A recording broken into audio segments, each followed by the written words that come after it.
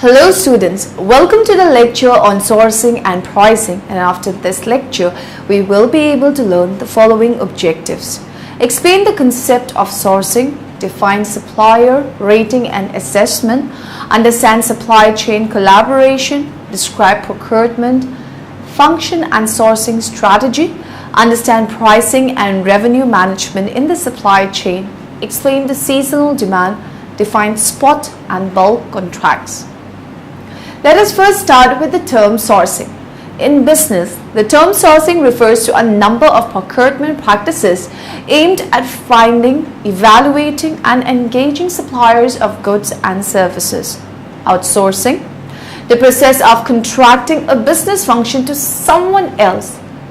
Global sourcing, a procurement strategy aimed at exploiting global efficiencies in production. Strategic sourcing, a component of supply chain management for improving and re-evaluating purchasing activities. Net sourcing, a practice of utilizing an established group of businesses, individuals or hardware and software application to streamline or initiate procurement practices by tapping into and working through a third-party provider. Inverted sourcing, a price volatility reduction strategy usually conducted by procurement or supply chain person by whom the value of an organization's waste stream is maximized by actively seeking out the highest price possible from a range of potential buyers, exploiting price trends and other market factors. Outsourcing. Outsourcing is the process of contracting an existing business process which an organization previously performed internally to an independent organization where the process is purchased as a service. Though this practice of purchasing a business function instead of providing it internally is a common feature of any modern economy. An outsourcing deal may also involve transfer of the employees involved to the outsourcing business partner. Reason for outsourcing. The most common reason why companies decide to outsource include cost reduction and cost savings, the ability to focus its core business, access to more knowledge, talent and experience, and increase profits. Many companies decide to outsource because it cuts costs such as labor costs, regulatory costs, and training costs. This motivates companies to outsource overseas to find foreign workers who are willing to work for these lower wages. Company can spend up to half the usual cost to train these workers to become experts in a different country. Lower regulatory costs are in addition to companies saving money when outsourcing. Companies are able to focus their money and resources more towards improving the core aspects of its business when outsourced. The prices are reduced for services as well as products when purchased at a cheaper price. With outsourcing, the company must only locate a reliable and high quality vendor, pay the vendor for the services provided. Advantages of outsourcing are lower costs. Lower costs are perhaps the prime benefits of offshore outsourcing. We can get work done at a fraction of the cost that we would have to spend locally while getting better quality as well. Skilled expertise. Finding skilled resources is one of the biggest challenges faced by companies today, not to mention the investment required to train employees and the attendant infrastructure required, which can rapidly drain funds.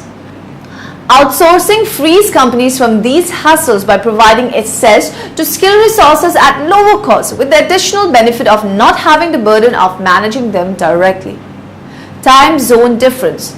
Because of the time zone difference between Asian countries and the West, we can get our work done while our business closes down in the evening. This is especially beneficial for companies in the service industry that need to provide round-the-clock customer support. Focus on core competencies. As a company grows, administrative functions also grow. Managing back office operations, administrative function takes the time and energy out of any organization. Increase productivity and efficiency. Outsourcing not only brings cost advantages but can also improve the efficiency of business operation. If the business goals are properly aligned with the deliverables in outsourcing, productivity and efficiency are bound to increase. Outsourcing providers with the right expertise and experience can actually help streamline business processes and contribute to the bottom line. Improving customer service. Customer service is paramount to any organization. Through outsourcing, customer gets faster service, provide better quality and decrease turnaround time. Disadvantages of outsourcing are loss of manager control. Whether we sign a contract to have another company perform the function of an entire department or single task, we are turning the management and control of that function over to another company. Hidden cost. We will sign a contract with the outsourcing company that will cover the details of the service that they will be providing. Anything not covered in the contract will be the basic for us to pay additional charges. Threat to security and confidentiality.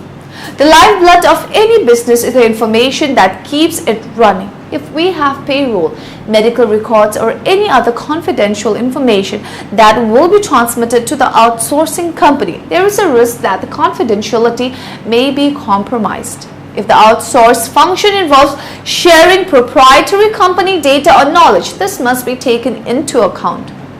Quality problems. The outsourcing company will be motivated by profit. Since a contract will fix the price, the only way for them to increase profit will be to decrease expenses. Insourcing. Insourcing is a business practice in which work that would otherwise have been contracted out is performed in-house. Insourcing often involves bringing in specialists to fill temporary needs or training existing personnel to perform tasks that would otherwise have been outsourced. Insourcing can be viewed as outsourcing as seen from the opposite side. Advantages and disadvantages of insourcing. Insourcing is a strategic business and human resources alternative to outsourcing. Outsourcing is a process of turning over one or more critical business function to third-party companies such as call centers or transportation. Insourcing means building up or adding new business activities in a company that has been or could be outsourced. Control. A primary advantage of insourcing is increased control. This is what motivates many companies to switch from outsourcing to insourcing. They want more control over the time, resources and results of the work. System design. Companies can develop and execute their own plans in a specialized area with insourcing as opposed to turning these elements of work over to an external provider. The company can integrate the new or growing specialization into the organizational structure and develop reporting procedures, monitor progress on the work, make adjustment to policies and procedure as necessary, and hire, train, and terminate employees depending on performance. Lowest cost. A primary disadvantage of insourcing and a common reason many common outsource is the lowest cost factor. Developing nation with large population centers and growing business and industry are prime grounds for outsourcing of such processes as supply chain, distribution and call center support. Labor in these countries is often less expensive. This is especially true for larger corporations that would have to hire hundreds of thousands of workers to operate warehouses or man phones. Core business focus. Another common argument against insourcing is that it takes our company's focus away from core business activities. IT, which is not often considered a core business function, is one of the most debated specializations with regard to insourcing or outsourcing. In-house versus outsourcing. Every business has to determine whether they should perform a service themselves in-house or outside that particular service to an outside vendor. Marketing and response management are just two of the services that can be performed either in-house or outsourced to a vendor. If a service is provided in-house, a company must locate a qualified employee, train the employee, pay employee wages and benefits, provide the employee a physical workspace, provide the required technology items, computer, phone, internet access, copier, fax machine, etc. pay telecommunication costs, phone line, inbound toll-free calls. Services of this type would also require coverage during absences of the primary resource such as scheduled vacation, unscheduled sick days, unscheduled family leave, paternity leave. With outsourcing, the company must only locate a reliable and high-quality vendor, pay the vendor for the services provided. Now we will study the supplier rating and assessment. Supplier rating or vendor rating, as it's sometimes referred, is a business term used to describe the process of measuring an organization's supplier capabilities and performance. Supplier rating often forms part of an organization's supplier relationship management program. Problems with supplier rating. Effective supplier rating requires a consistent and objective approach where rating criteria are open to interpretation. Inaccuracy can be introduced. This is especially true where subjective criticism from buyer is introduced into the rating process. History is not always a guide to future performance, and suppliers should be consulted as part of the assessment. Supplier assessment. There are various processes in the supplier assessment. Challenge. Solely relying on supplier pricing and terms of sale for contract awards ignores an equally important element of the relationship, supplier performance. Without making either a financial commitment or doing an extensive audit of a supplier's site, how can we minimize supplier performance risk? Solution. With the assessment module, we can gather more information about the supplier's performance, including suppliers' lean manufacturing, quality and supply-based management practices using a gap analysis methodology that compares the supplier against industry best practices. The analysis allows us to compare potential suppliers to each other in advance of contract awards, as well as to assess root causes for ongoing supplier performance problems. Eliminate inefficiencies in assessment initiatives. The assessment model allows performing supplier assessment virtually using a broad range of inputs. This helps to eliminate the inefficiencies typically found in supply-based assessment initiatives and frees up our time to focus on supplier. Hello, my name is Jack, and I am an ordinary business owner. I need a quick and easy way to find reliable international sock suppliers. The suppliers should have competitive pricing, but more importantly, they need to be reliable, capable, and trustworthy. When I search for sock suppliers online, there are simply way too many options. Contacting them one by one is time-consuming. Talk about information overload. What do I do? We present you with supplier assessment at Alibaba.com. Every supplier in supplier assessment has been verified by world-class third-party verification companies like Bureau Veritas and Tuv Rhineland, each with over 100 years of experience. You can download accurate assessment reports to learn about the management of the company, the equipment they use, where they export, and more. These comprehensive and in-depth reports can help you make better decisions when choosing the right supplier. On top of that, these suppliers' main product lines have been verified by the third-party verification agency to help you source with confidence. Best of all, through a 3-minute video produced by Alibaba.com, you can see the actual company and the environment of each supplier. Ready to find reliable suppliers with ease? Now you can. Go with supplier assessment. Supply chain collaboration. Collaboration means that all companies in the supply chain are actively working together in union toward common objectives. It is characterized by sharing the information, knowledge, risk, and profits. It is joint action by original equipment manufacturers (OEM) and vendors who cooperatively perform the tasks necessary for the entire supply chain. Such joint action results in interpenetration of organizational boundaries because personnel from the two streams share resources and responsibility as they conduct activities in highly coordinated and integrated ways. Models of supply chain collaboration. Different collaboration models have also been identified from the literature.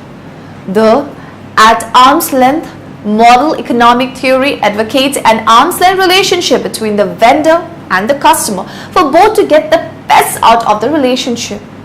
The at-arm's-length model calls for the simplest form of interfacing two firms, which is to facilitate data transfer at boundary-level transaction. Data on purchase orders, shipments, and deliveries can be moved electronically from the vendor firm's computer to the customer firm's computer. The tightly coupled model.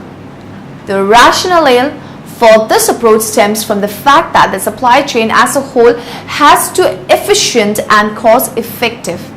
The competition in future is set to be not between firms but between supply chains. Given the variability in demand and supply sides, the endeavor should be to minimize variability rather than its impact, to cut inventory right across, to avoid stock out situation, and to be the most cost-efficient producer. The loosely coupled model. The loosely coupled model, also known as orchestration, assumes a high flexibility of partner and product reconfiguration. Most loosely coupled design employ a modular approach where the focus is on defining standardized interfaces across modules of activity. A modular structure is applied to products, processes, and supply chain resources so as to enable quick integration with resources and capabilities of partner organization. Now we will discuss the procurement function and sourcing strategy. Procurement function. Procurement function is considered to be a strategic initiative and seen to be adding value to entire business process. Profile of the procurement manager has changed and expectation from these managers are different. Procurement function is one part of the sourcing function. In an ERP-enabled environment, procurement function consists of detailed identifying process, procurement, budget management, purchase order release, shipment schedule planning, with seller coupled with ensuring compliance with documentation and system updating processes. All these processes are driven by ERP. Sourcing strategy. Though interlinked closely, both procurement process and sourcing strategy are not one and same. Sourcing strategy deals with planning, designing, and building a reliable and competitive supplier base, determining the strategy for procurement, defining pricing strategy, and supply chain requirement. The strategy involves integration of its objective in line with or conforming to the objective of stakeholders in operation, finance, marketing, and distribution.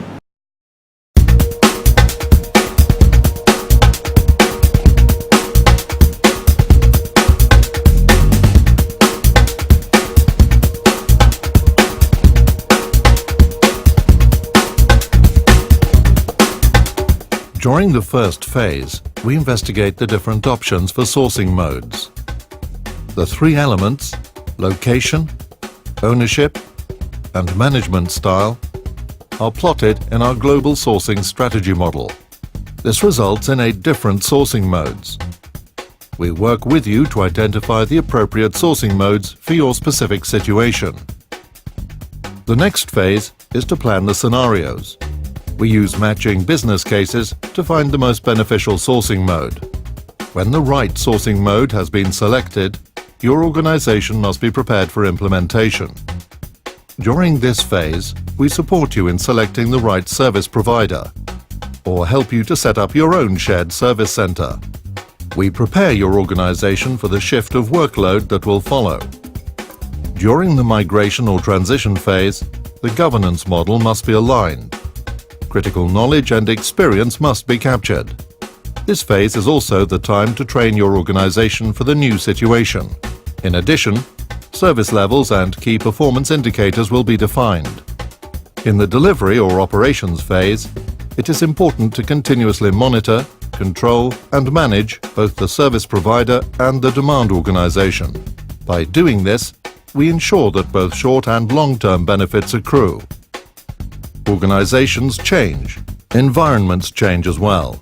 After selecting and implementing the right sourcing mode, it is essential to continuously evaluate and adapt your chosen sourcing strategy. Let us now discuss meaning of pricing and revenue management in the supply chain. Pricing is an important lever to increase supply chain profits by better matching supply and demand. Revenue management is the use of pricing to increase the profit generated from a limited supply of supply chain assets. Ideas from revenue management suggest that a firm should first use pricing to achieve some balance between supply and demand and only then invest in or eliminate excess. Revenue management has a significant impact on supply chain profitability when one or more of the following conditions exist. The value of the product varies in different market segments. The product is highly perishable or product wastage occurs. Demand has seasonal and other peaks. The product is sold both in bulk and the spot market. Revenue management technique has been successfully applied to airline, railway, hotel and resort, cruise ships, healthcare, printing and publishing. Revenue management has considerable potential for manufacturing operation as well. Revenue management for multiple customer segments. Airline seats are a good example of market with multiple customer segments. Airline use advanced purchase restriction to segment its customer into different fare classes and dynamically adjust the seat capacity assigned to those fare classes as advanced sales orders arrived. For instance, business travelers are willing to pay a higher fare to travel a specific schedule for convenience and even order at the last minute, while leisure travelers are willing to shift their schedule to take advantage of lower fares. There are two fundamental issues that must be handled to apply the concept of revenue management. First, how to differentiate between two segments and structure its pricing to make one segment pay more than the other. Second, how to control demand such that the lower price segment does not utilize the entire available asset. To successfully use revenue management when serving multiple customer segments, a firm must use the following tactics effectively. Price based on the value assigned by each segment. Use different price for each segment. Forecast at the segment level. Revenue management for perishable assets. Any asset that loses value over time is perishable. Fruits, vegetables and pharmaceuticals are perishable. Perishable assets also include products such as computer, cell phone, fashion apparel that lost value as new model introduced. There are two revenue management tactics used for perishable assets. Vary price over time to maximize expected revenue. Overbook sales of the assets to account for cancellation. The first tactic is suitable for assets such as fashion apparel that have clear date beyond which they lost a lot of their value. Apparel designed for certain season does not have much value in the end of the season. The second tactic is suitable if customers are able to cancel orders and the value of asset drops significantly after deadline. Airline seats, product design specially for Christmas and production capacity at a supplier are example of this asset. Revenue management for seasonal demand. One of purposes the use revenue management for seasonal demand is to shift demand from the peak to the off-peak period. Thus can get better balance between supply and demand and also generate higher overall profit. Revenue management for bulk and spot customers. The fundamental trade-off here is similar to the case revenue management for multiple customer segments. The firm needs to decide on the amount of the asset to reserve. For spot market, higher price, the reserve quantity will be affected by a difference in margin between the spot market and the bulk sale and also the distribution of demand from the spot market. Perishable products. Perishable products are those that worsen in quality over time and become lesser in value. Perishable goods decay rapidly if not refrigerated or if some other preservation technique is not employed. Common perishables. Common perishable goods include foods, medication, plants and agricultural products. Dairy products, fish products, fruits and vegetables are examples of time and temperature sensitive perishable products that can rot or spoil easily. Consumer interest in purchasing particular products only during a specific period within the calendar year, for example, Christmas ornaments and snow ski equipment are subject to seasonal demand. Seasonality is a predictable, cyclic or repetitious behavior in demand for products. Seasonality is distinguished from fluctuation in demand due to noise or casual activities like price or promotionally driven demand in that it varies independently of these factors. Seasonal demand variation is often tied to weather, holidays, or specific events. Challenges in estimating seasonality indices. The seasonality model is a rather naive approach that works for long, smooth seasonal time series. Yet there are multiple practical difficulties when estimating seasonality. Time series are short. Lifespan of most consumer goods do not exceed 3 or 4 years. As a result, for a given product, sales history offers on average very few points in the past to estimate each seasonal index. Time series are noisy. Random market fluctuation impact the sales and make the seasonality more difficult to isolate. Spot contracts. In finance, a spot contract, spot transaction, or simply spot is a contract of buying or selling a commodity, security, or currency for settlement, payment, and delivery on the spot date, which is normally 2 business days after the trade date. The settlement price or rate is called spot price or spot rate. Bulk contracts. A bulk agreement is an agreement whereby an unsecured creditors force a business to give a portion of the sale proceeds from an asset sale to an escrow agent. The escrow agent holds a portion of the proceeds typically in an interest-bearing account until the sale is final and then gives the funds to creditors. Now in the end, let us summarize what we have learned in this lecture. Sourcing refers to a number of procurement practices aimed at finding, evaluating, and engaging suppliers of goods and services.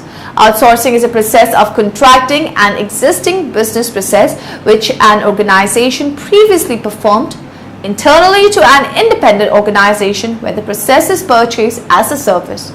A supplier rating or vendor rating, as it's sometimes referred, is a business term used to describe the process of measuring an organization, supplier capabilities, and performance.